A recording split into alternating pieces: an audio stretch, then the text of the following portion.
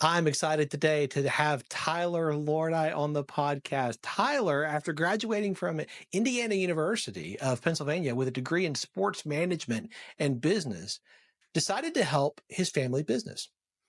He was a manager in all aspects and helped to 5x the business growth. From there, his passion for helping businesses grow spread. He started Leads by Lordi and then soon after Grit Media Group. His goal is to help other business owners grow their online presence while reaping the benefits of consistent lead flow and predictable sales. He and his team specialize in so many aspects of digital marketing: SEO, web design, paid ads, social media management, and lead management. Grit Media Group embraced the quote by Zig Ziglar: "You can have everything in life that you want if you'll just help other people get what they want." GRIT stands for Give, Rise, Inspire, and Thrive. Tyler, I'm so glad you were here. Thanks for being on the show today. Yeah, thanks for having us. Appreciate it. Welcome to Catalytic Leadership, the podcast designed to help leaders intentionally grow and thrive. Here is your host, author and leadership and executive coach, Dr. William Attaway. And I would love to start with you sharing just a little bit of your story. I hit a few high points there, but I'd love to hear more about your journey and development, particularly as a leader. How did you get started? I mean, I think as a leader, I was pretty lucky because my dad, I could say he was a leader, obviously, his whole life, right? You are as a father, as soon as you have a kid, you become a leader, right? Yeah. And he was always that for me, obviously, growing up. And then coaching soccer, he was my soccer coach. Obviously, I worked for him after college. So he led me through a business.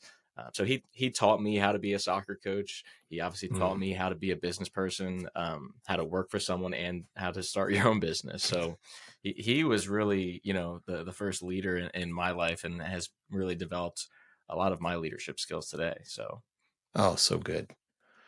When you started Grit, you were pretty intentional about what you wanted to see happen.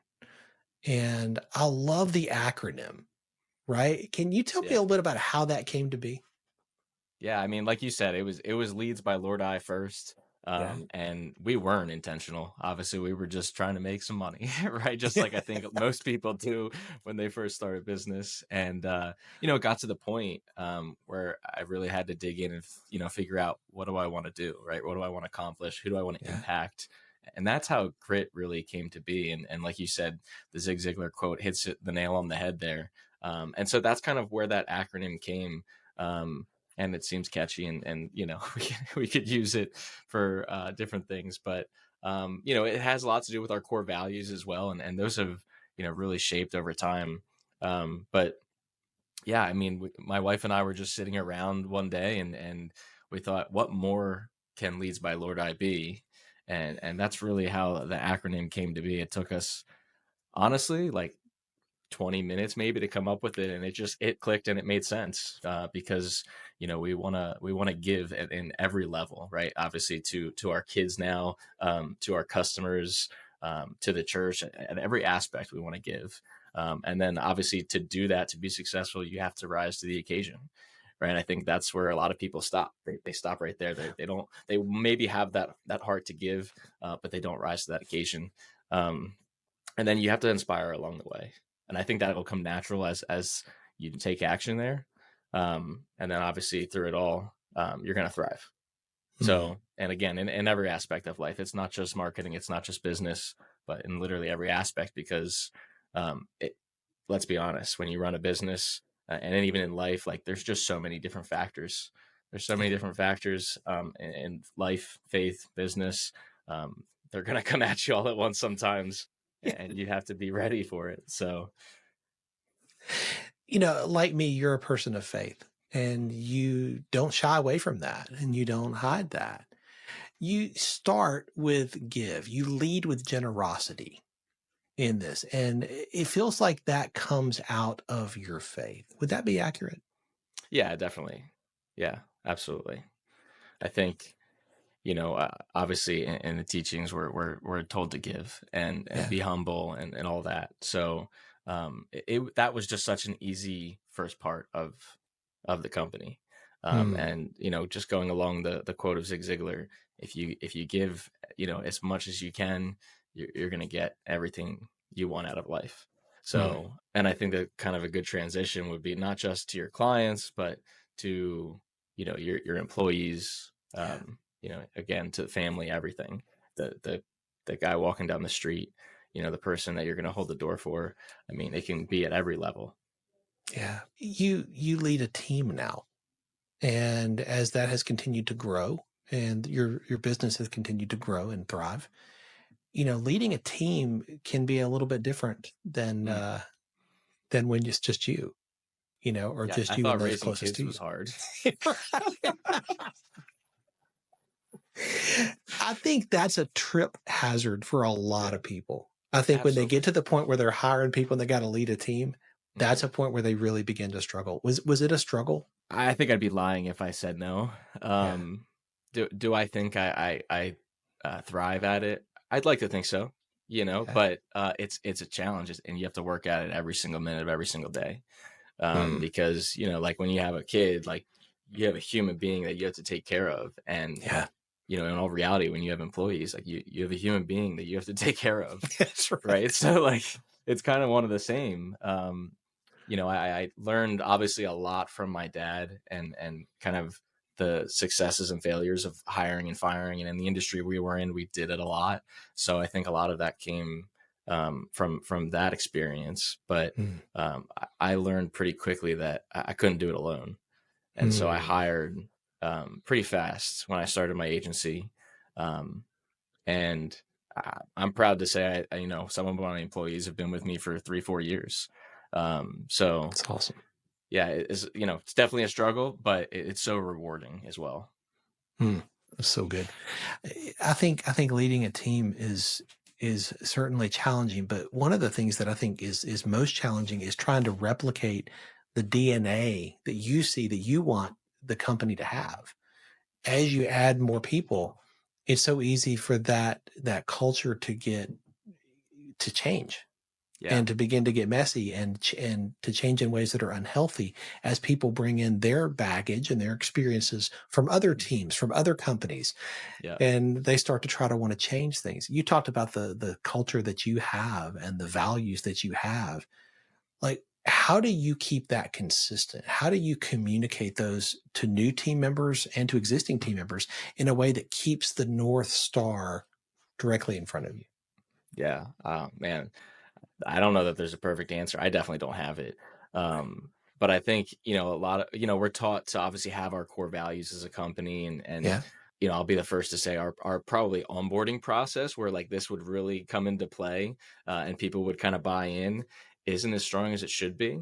But I think that our success, from kind of just winging it, right, is Yeah. not shoving it down people's throat and just kind of letting them grow with you, because like you said, everyone's going to be different. They're Yeah. going to have their different core values, they're going to have their different experiences from other companies. You're going to have to adapt, and let them learn with you. And at the end of the day, as long as you have your core values and you have that end goal in mind, um, it doesn't necessarily matter how you get there, as long as you get there, as long as everyone's on the same page, right? So Hmm. definitely things are not going to be perfect. You're going to have differences, but can you effectively work through them together? And I think that's more That's good. important than being set in stone in certain things that you don't want to necessarily change, because I think when we don't change, that's when things break. And that's obviously when you have churn from employees, and you have some problems. That's really good. I talk often about culture, and I believe every team, every company, every business, every organization has a culture. You either have one you designed on purpose, or you have one you didn't mean to have, but Mhm. you have a culture Sure, regardless. absolutely. If you were to describe Grit's culture, how would you describe that? Ever changing. I think we That's good. yeah, no, I mean, we have a really good core group, and we have morning meetings every day, and I love to just keep it light. I like to talk about what everyone did over the weekend. Yeah. What is everyone up to lately? Anything new and exciting? Because at the end of the day, listen, yes, we have a job to do, but we're all people. We're people first. And we Yes, have families, some of us, and we have aspirations that beyond obviously just work, because let's be yeah, honest, it's just work, right? that's To right. me, faith is most important. So, Yeah, if I can get a chance to talk about, what happened at church on Sunday, or whatever it is, I'm going to do that, because that's most important. yeah. So that may be a sneak peek into maybe the culture. Like I said, it's not all sunshines and rainbows, but um, I would say definitely lighthearted, and I like to go off the motto: work hard, play hard. Yeah, So, let's have fun, but let's get our jobs done. So, I like that. yeah, As you have grown and developed the company, you've had to grow and develop as a leader. absolutely. You're not leading at the same level you did 3, 4, 5 years ago. And the same thing is going to be true 3, 4, 5 years from now. How do you stay on top of your game? How do you level up with the new leadership skills that you and your team and your business are going to need you to have 3, 4, 5 years from now? Yeah. I mean, obviously talking to people like you, right? That's extremely important, to have mentors and different people that you can reach out to and look up to. But I think a lot of it just going to come from, as long as you're willing, right? The Hmm. conversations you have with your team on a daily basis, or quarterly check-ins, whatever you guys, do, um, Yeah. the answers are usually right in front of us, right? And I think we just need to be willing to accept them, and then Yeah. be willing to change and adapt and grow with those. Because, I think you mentioned before, people have baggage, and it's Yeah. never going to change, and it's going to be messy. So you can either, rise to the occasion, you know, Yeah. or not. And if you choose not to, then, that's where it's going to get messy. That's good. Even more. So. That's good. Are there habits that you find helpful in your life that help you stay in that perpetual learning posture and that growth mindset? Mm, I mean, prayer for me, Hmm. Yeah. you know, just all day. Yeah. you know, um, I like to just, again, keep things light, listen to music, um, and I think one of the most important things is just listen in general, Hmm. not to the music, but just to people. Yeah. Just actively listen, be slow to respond. I think that's the biggest habit I could recommend to anybody. So really take it in, and don't be quick to speak. That's so good. I think listening is one of the most underrated and underutilized tools in a leader's tool bag. Yeah, When you leverage that, it's a game changer. When people absolutely. feel listened to and heard, they lean in. If you think about grit and where it is today and where you want it to go from here, what is one thing that you want most in your business? I think I always struggle with this question and answer, on every level, to be honest, um, because I have a generic answer to it, and it's really just to impact as many people. I'm here for the journey, Mhm. and I think we talked in the past about, it doesn't matter if I'm holding a door open for someone, you know, uh, or Yeah. helping 10x their business. Uh, to me, impact is impact at Yeah. every level. So, um, ultimately that's it. Just to impact as many people as I can, and whether that's right or not, whether I should have a top line goal, I don't know, but that's the journey, and the mission we're on, and we'll see what comes from that. I don't think there's one right answer to that question. Yeah, And I think this is a case where, this really reveals so much of the heart that I see in you and in grit, again, starting with generosity. mm, It's no accident or happenstance that you began with that word, with give, because I think that's so reflective of who you are and who you aspire, not just to be as a person, as a leader, but your company as well. So when you think about that, if that's the goal, if that's one thing you want most, what stops you from that? Yeah, I was actually just thinking about this. I think it's hard as a business, because there's hard decisions we have to make when it comes to finances. Like, you can't, at the end of the day, run a business technically without money. Yeah, So there's hard stops of, if someone doesn't pay their bill on time, you can be lenient, but at what point you got to have a line, right? You got to draw yeah, that line. And you know, that's where a lot of times, you know, it can stop for sure. Yeah. Or if an employee, maybe let's just say, messes up, you know, over and over and over again, right? There's a lot of different scenarios. So at the end of the day, there won't be people without the business being healthy. So you have to make hard business decisions first and foremost to be able to then give. But it doesn't obviously change, you know, the ultimate goal. So Yeah.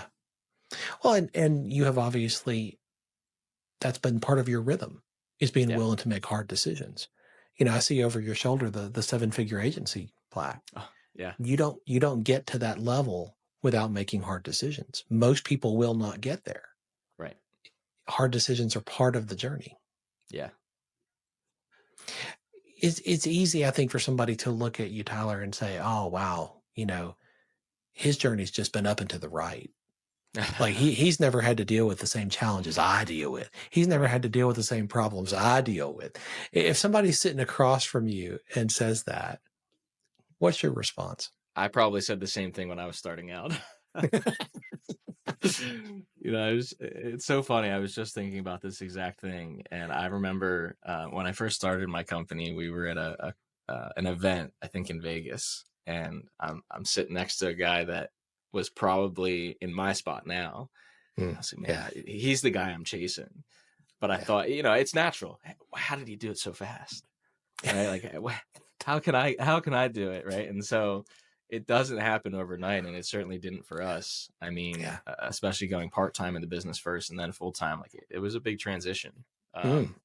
So I was and it's so funny. I was talking to a potential client the other day who said the same thing. Hey, that guy's doing more. They're going faster. They grew in 1 year and it's taken me 3 or 4. And I'm just like, listen, we're all on our own path. It doesn't matter about anybody else. It doesn't matter. As long as we're true, as long as we stay consistent, we're going to get to where we want to go. You know? So yeah, I've been there, done that, said that. And I think I still do. Let's be honest. I think I still do.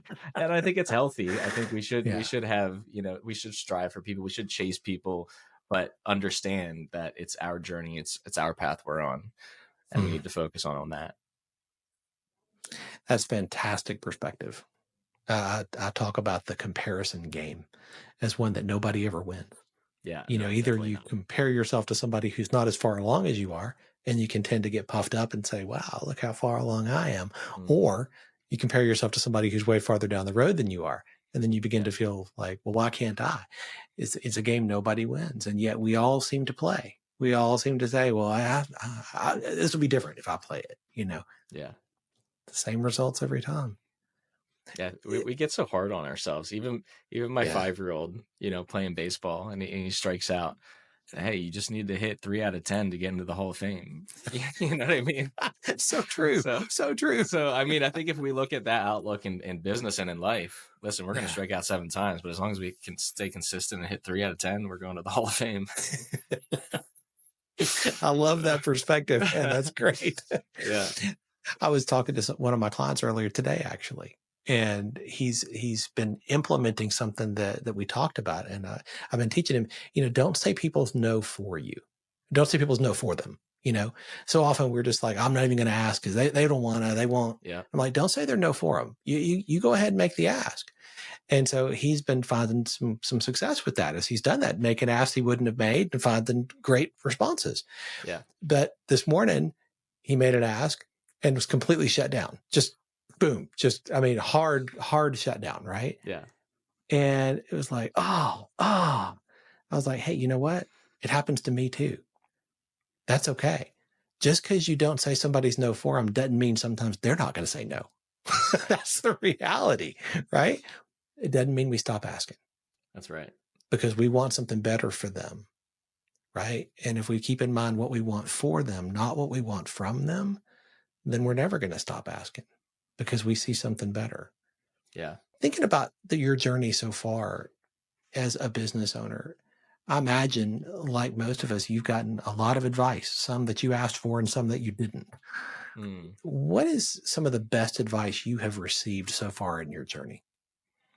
Oh man, I think so much. I think one of the the things I try to do is obviously go to events as much as possible. So sometimes it's overload. Yeah. Sometimes it's overload. Um, best advice. Best advice. From obviously a very early age, and I think I learned this definitely from my dad, was, the listening part. Yeah. Just listen, and eventually the customer will tell you what they want. Mm. They'll tell you what you want as long as you show up. As long as you show up. So I think a lot of people kind of go off of what you said, or they're afraid to show up because Yeah. they're afraid of rejection. Yeah. If you show up and just listen, they'll tell you what they need and what they want. So I think that's, I mean, like I said, I probably could think of maybe a million more, but definitely just listen and just be there. I think that's solid. As a continual learner, I would imagine that you are constantly taking in information. Mm-hmm. And I love to read. I imagine that you have read more than a few things. Is there a book that has made a big difference in your journey? Something that you would recommend to the leaders who are listening? If they haven't read this, man, you should put this on your list. Yeah, we were just talking about this the other day at a conference, and I don't know why I always go back to this one, and I just think it's so important. And it's How to Win Friends and Influence People. Yeah, that's one of my favorites. So definitely, if you haven't read that one, read that one. But I will say, one of my all-time favorite books is The Alchemist, and it may be not a leadership book or anything like that, but The Alchemist is definitely a good read. And I think I it's haven't just read that one. good perspective on life, and I think it can shape a lot of things. So like I said, not a business book or anything, but I think having that outlook then moving forward and other reads is pretty good. I haven't read that one. Now I'm add that to my list. Thank you. There you go. Yeah. Tyler, so often people leave a conversation like this with one big idea, one big takeaway that they walk away with.